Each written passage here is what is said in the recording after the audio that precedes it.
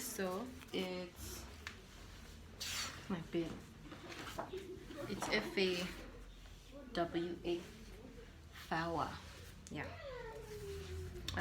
So then from FAWA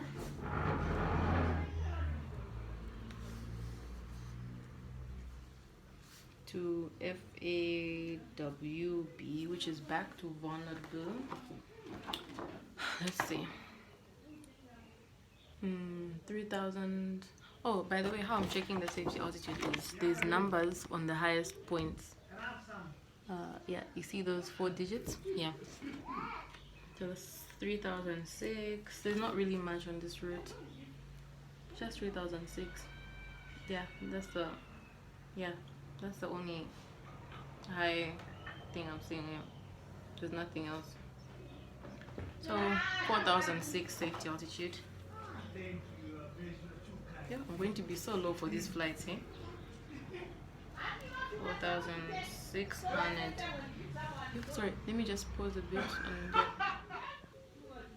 and yeah, so sorry, I keep studying this route, and when I'm coming back from the general flying area, it's actually exactly here. There's a curved road that I use for reference, and it's right, where is it again? Here.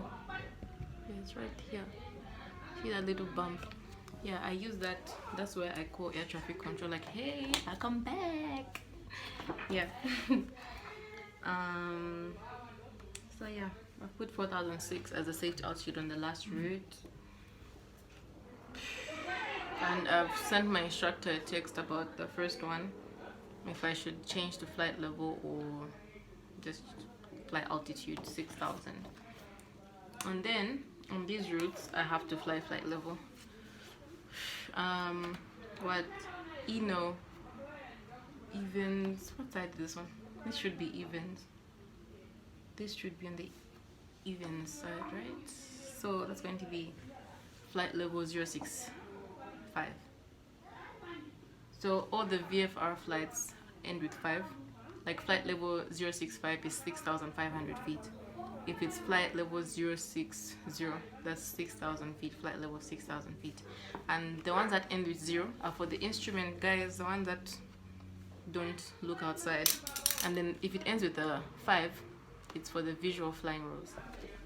So, okay, I think I'll just go 6.5, both of them. Yeah, I don't want to stress myself too much. So flight level 065. This is actually low, the 065. The other route that I flew, I was on like 8,000 feet, you know. This one is actually not that hectic. So what else? Now I need to find my track. So track, I told you guys that, where is that? I can't find my protractor.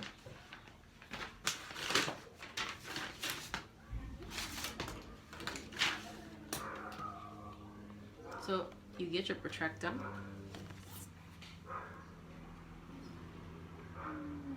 Just a little bit. Anyway, you get your protractor and put it, you remember that little circle by the aerodrome in the middle? Yeah, you put it straight right there.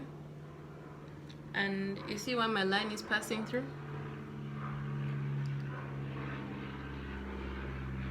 Sorry.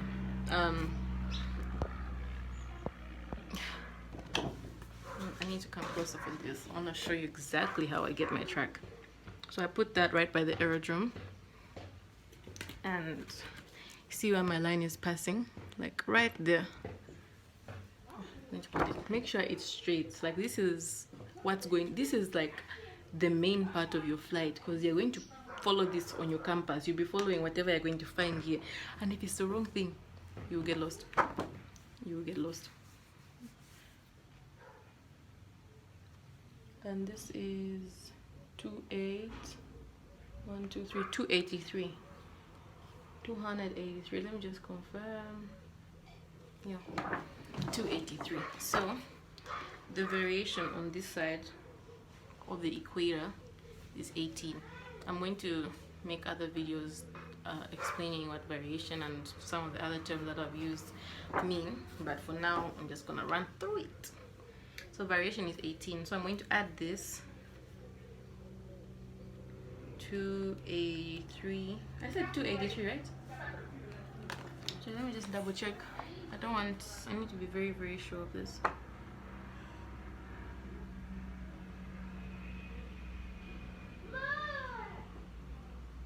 You've seen it's changed to 285. I need to put it straight. Oh wow, 286. I made a mistake. So 286 plus variation 18, that's 304, and that's the heading I'm going to fly. 304 is my pen. The pen keeps going missing.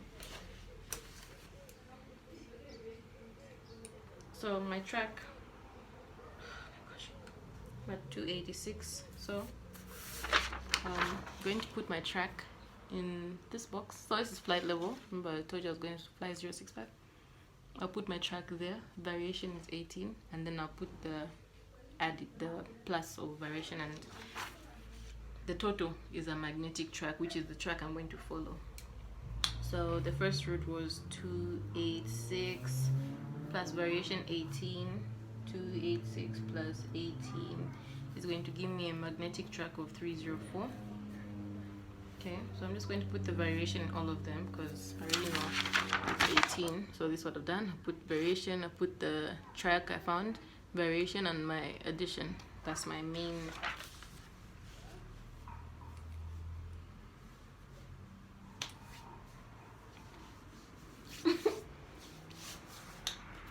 If you know it's anyway. It's noisy. Huh? I hope they don't watch this. Okay, and then from breaths to warm baths. What's this? 35, 36, 37.5.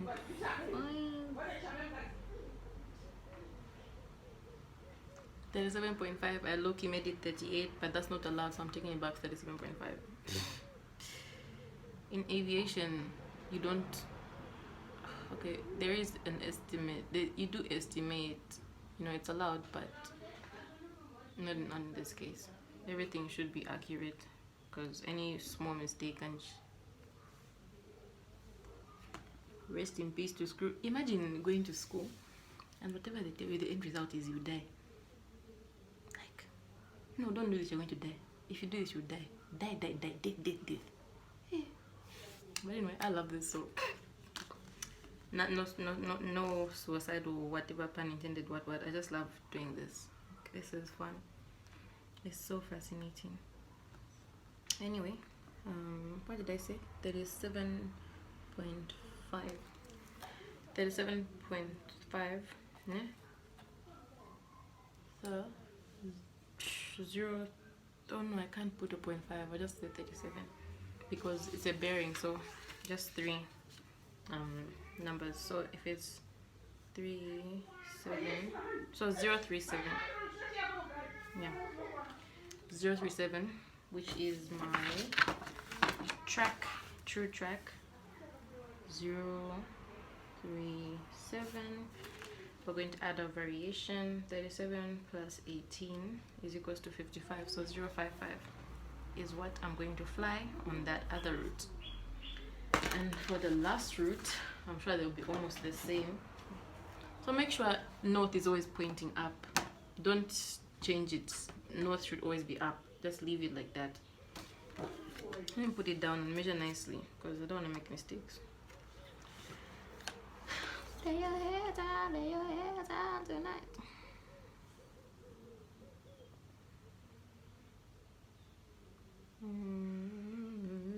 Talk a lot of shit. 186. This was like right on the dot. Track 186 plus 18. 186 plus 18 is going to give me 204. And that is my magnetic track that I'm going to fly. And then for this drift, heading, wind, ground speed, I'm not going to put those. I'll put distance. I'll do that after this. I'm not going to put those because I need my wind for that. I think I'll make separate videos how to calculate wind, how to do that to make life easier, because this video is already super long. Anyway, done with this. Not yet. So distance, just basically measure this line with my ruler. Yeah, so from Wonderboom to Brits, the distance is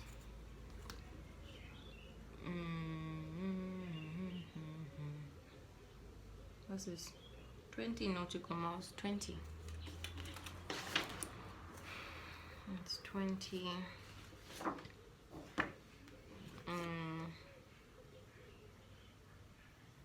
Wait, I think my instructor said something about from aerodrome to aerodrome. I made a mistake.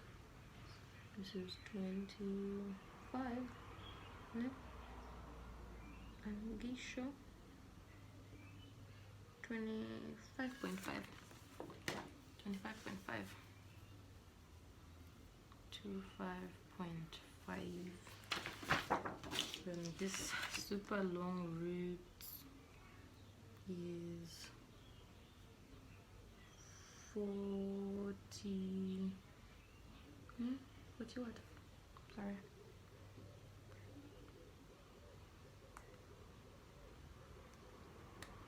$45 is there. 46.5.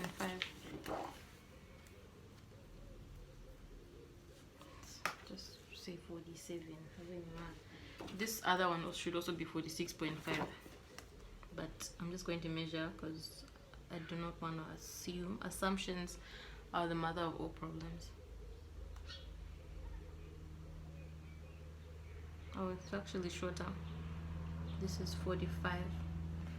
That makes sense because this one's at an angle, and yeah, 45. Ne? So all these distances are nautical miles. Anyway, so I'm done with this paper. This bottom part is mass and balance, but I've got a bigger paper for that, so I don't usually write it here. I write it on my other paper. Watch out, this is I'm done with this one. Next, I have to fill in this flight log. So what happens here is I put the frequencies as well on this side, and where I'm coming from, where I'm going, put all that there. I told you guys about this thing, so I'm going to do that now. I have the stapled one. I'm going to use that one so that makes life easier. So on this in-flight log, I have to put these small distances, like from the start gate to the checkpoint 1. Yeah, I need to put all those tiny distances so that I can calculate how long I'm going to take each leg. Like, so from the start gate to checkpoint 1 should take me, let's say, 3 minutes. I need to calculate how long it's gonna take me. That's why I'm taking those tiny distances. One thing I forgot to do was mark the dangerous areas. I'll use the dark green. Let me just mark them and I'm gonna show you. There we go. This is the Brits general flying area. So I'm going to pass through it. So when I'm at the start gate, I will switch to the special rules frequency, special rules west, because I'm on the west side. Then when I reach the checkpoint 1, I'm going to switch to the GF frequency. So I'm going to enter the airspace through the GF. Then I'm going to change to the airspace frequency when I'm about to leave the GF. I like how I already put the on point things. Like, see where my marks are at the beginning and at the end. And yeah, when I was doing that, I didn't even... Okay, so I just received a text from my instructor, said I can use the same altitude. Yeah, so yeah, I like how I just did everything on point. Like, anyway, yeah, I'm going to change to the frequency there, then enter them. I pray, because yeah, due to the distance, it's not an issue. Yeah, it's a very short distance, so yeah, she's been said it. I really hope this flight goes well.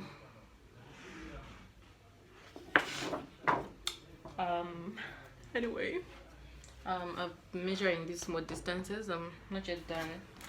I've just done the first leg. Let me just show you what I've done. Yeah, so from our airspace to the start gate, it's 6 nautical miles. From checkpoint 1 to 2 is 5. checkpoint 2 to what. Yeah, so these are the distances of these thingies. And then right now I was just putting the frequencies and I got confused. That's why I wanted to outline so that I know what frequency to use when I go where. So I know when I take off and reach my start gate, I'll switch to special rules. From special rules, when I reach checkpoint 1, Brits GF. Brits GF, I reach checkpoint 2, the tower, Brits tower. Yeah, then done. Yeah, so I'm just going to put those down. And for frequencies, you can check them on the AIPs. I showed you the website. The AIP is the same place where, yeah, you get this stuff. They usually put, I don't know, there was nothing here because it's an unmanned place, but if it's controlled, there's usually a frequency. Brits had a frequency, and yeah, I got the frequency from there. It's 1242. So yeah, I'm going to put that there. Let me just put them down and yeah. I'm just going to show you the first page. Okay, this video is already long even, so I'm done trying to make it shorter. I'll put the frequencies. Wonderboom is 118.35, that's the tower. And then this is for special rules, 124.8. 124.8 to 125, which is a Brits general flying area, which I'm going to enter from. Yeah, then I'm going to continue using that one until I reach my checkpoint 2, which is me leaving the GF. I'm going to contact Brits Tower on 1242 all the way till Brits. Yeah, and this is my, so here it says flight level altitude, so you have to specify this is altitude 6,000. If it was flight level, I'd put FL in the flight level, so I put the altitude 6,000 throughout the way. This is my track, the track I'm going to be flying, 304, and my distances. And at the top there, 4 hours 30, that's for my fuel. Yeah. So when I get my wind, I also get ground speed, and I put it down there, and I calculate my time. So distance, speed, time. Distance, speed, time. Get your ground speed divided by speed to give you time. And you put that on EET, estimated elapsed time. So that's how long you think you take between 2 points, and you put it there. So let's say I take off at 9, I put 09. If the elapsed time is 5 minutes, I might get here at 9:05, so I put 9:05 there. And then when I get here, I put what time I got there. So in case I got there at 9:06, I put 9:06, which means I've got, what is it, a headwind. When I take long, I've got a headwind, which means the wind is coming from in front, like, yeah. If I take a shorter time, then I've got a tailwind, so there's wind that's pushing me. Yeah, and that's basically how you fill in this whole thing. I hope that makes sense. Yeah, let me just fill in. Oh yeah, there's more. So here I put departure aerodrome, elevation circuit joining. Basically this information, the red information. Yeah, you put it down there. You write the runways and which side, left hand or right hand. Remember I told you standard is left hand. And additional information, they can give you a squawk, like for the transponder, you put it down there. Your set heading procedure is something that you do at every checkpoint. Can't see my paper, I had it somewhere. Set heading procedure is basically, you're just checking things to make sure everything's still fine. Yeah. Do that at almost every checkpoint, and you just write them down here as a guide. Sometimes you forget because there's so much going on, so yeah, you do that. Then at the bottom of the page, oh, they're actually here, set heading procedures. Check your time, check your direction, make sure you're still in the same direction as you intended to. You write down your time, check your endurance, and do your radio call. Radio call is basically, oh hi, my name is Namwezi. Yeah, so I'm at this place, I'm going at this place, coming from this place, so that if there's chance are there, can be like, oh, Namwezi said she's coming from this side, so if I go like this, I'll avoid her, but if I go this side, I'm going to bump into her. You get it? So that's basically, you know, my last flight, I forgot to write down the set heading procedure, and it's right here. I feel so stupid. Anyway, let me finish filling in the other stuff. On the same chart, we're going to make something called a ladder. So this ladder, I'm going to draw it. I keep losing everything here. Oh, not last. There's 2 more things. Like 2 more things. It's this, and then okay. Let's quickly do the frequencies. So this is. I like using red because I can see red easily. So you write down where you're going to use which frequency. okay? Because you're flying, your eyes are going to be on this, so you want to see it there and then. Even though it's on that other paper, but yeah, same thing. Just put it everywhere, just to. So according to my in-flight log, yeah, Wonder Boom is 11835. At my start gate, I should be on 1248. At checkpoint 1, which is the British GF, 1258. Checkpoint 2, 1242. Okay, so I'll put the frequencies for this route. You see here, there, and there. Yeah. Okay, now that that's done, I'm not going to do everything because the video is already super long and I've been talking about the video being long. So I'll draw one ladder, show y'all how it's done. Okay, and then there's also track error. This is actually a lot. It's not that much because I'm used to it, but for someone watching this for the first time, they'd be like, oh my gosh, that's so much work. This is nothing. Trust me, this is nothing. Okay. Shiva, oh Shiva, eyebrow girl, you make me shiver. Gigi. Shiva, oh eyebrow.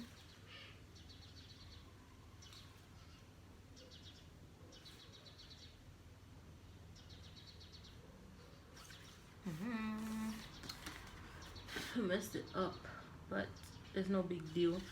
So this ladder is basically just putting the information that you need. Okay. So my altitude 6,000, heading 304. What else can I put here? Where's the other paper? It's always important to keep your stuff so that you use as reference. Oh yeah, the distance. Where's that other paper at the distance? I love this. Distance was 26. Nautical miles. Always put the NM so that you know exactly what that is. So flight level, track error. Okay, so this is the ladder. I have my altitude stated there, my direction, and the distance I'm flying. Yeah, and then there's something called track error. Track error is basically you calculating your distance off track, and this is done. I used it in my last flight. So these are the track error lines.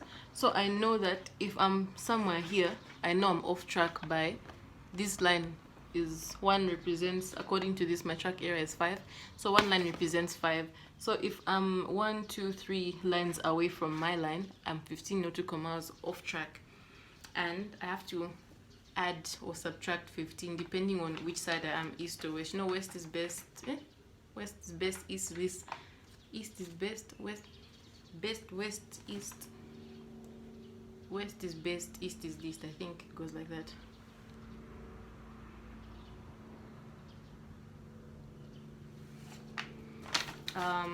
Yeah, sorry, my instructor is texting me again.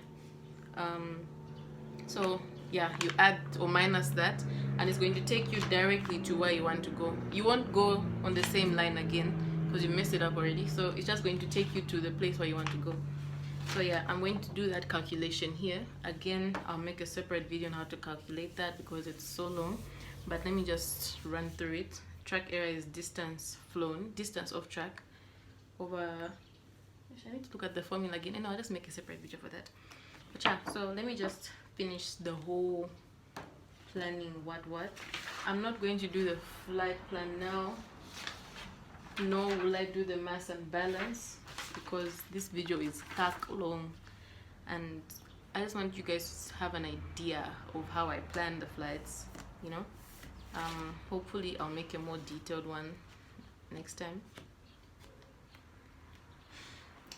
But I've already shown you guys how to fill in the paper, so I don't really have to do them. Yeah.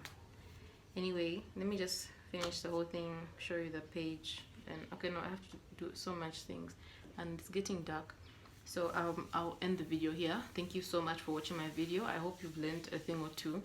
And if you've got any questions, I'll put my Instagram in my description box. Feel free to text me. I always reply. If I don't reply, then you obviously texted me with hi. Like, when it comes, normalize getting straight to the point when you're talking to me. Because, hi, how are you? Fine. Okay, I'm fine. I've eaten. My day was fine. What else? That's why I don't reply to some messages, because it's hi, what's up, like trying to make small talk, and I'm really bored of that. Like, say something else, something different. If you text me like, oh Namwezi, I need help with this, I would definitely reply. But if you text me with hi and just hi alone, at least if it's hi and then what you want. If you just text me with hi alone without what you want, I'm not going to reply, because on out. Anyway, thank you so much for watching my video. I will see you in my next video.